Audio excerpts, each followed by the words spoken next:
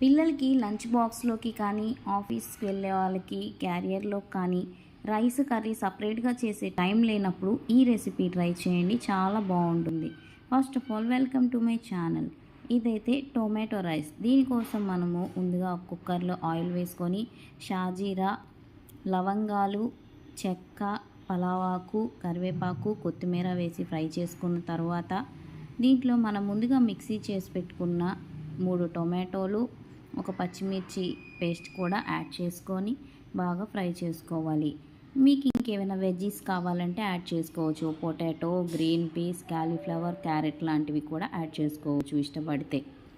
దీంట్లో మనం రైస్కి సరిపడా వాటర్ కూడా వేసేసుకొని దాంట్లో సాల్ట్, ఇంకా మనం ముందుగా వాష్ చేసి పెట్టుకున్న రైస్ కూడా వేసేసుకొని ఇలా కలిపేసుకొని ఒకసారి బాగా బాయిలింగ్ వచ్చిన తర్వాత కుక్కర్కి అయితే లిడ్ పెట్టేసుకోవాలి.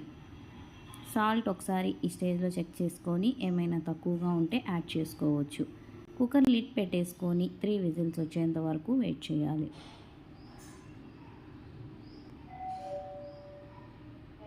ఇలా విజిల్స్ వచ్చేసిన తర్వాత ఒకసారి మనం ఆవిరంతా వెళ్ళిపోయిన తర్వాత లిడ్ ఓపెన్ చేసి ఒకసారి రైస్ అంతా కలిపేసుకొని సర్వ్ చేసేసుకోవడమే.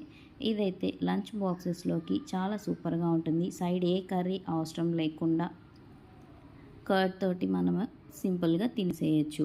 ఇదైతే చాలా సింపుల్, క్విక్ అండ్ ఈజీగా అయిపోయి టొమాటో రైస్. టేస్ట్ అయితే సూపర్గా ఉంటుంది. ట్రై చేయండి. Please like, share and subscribe.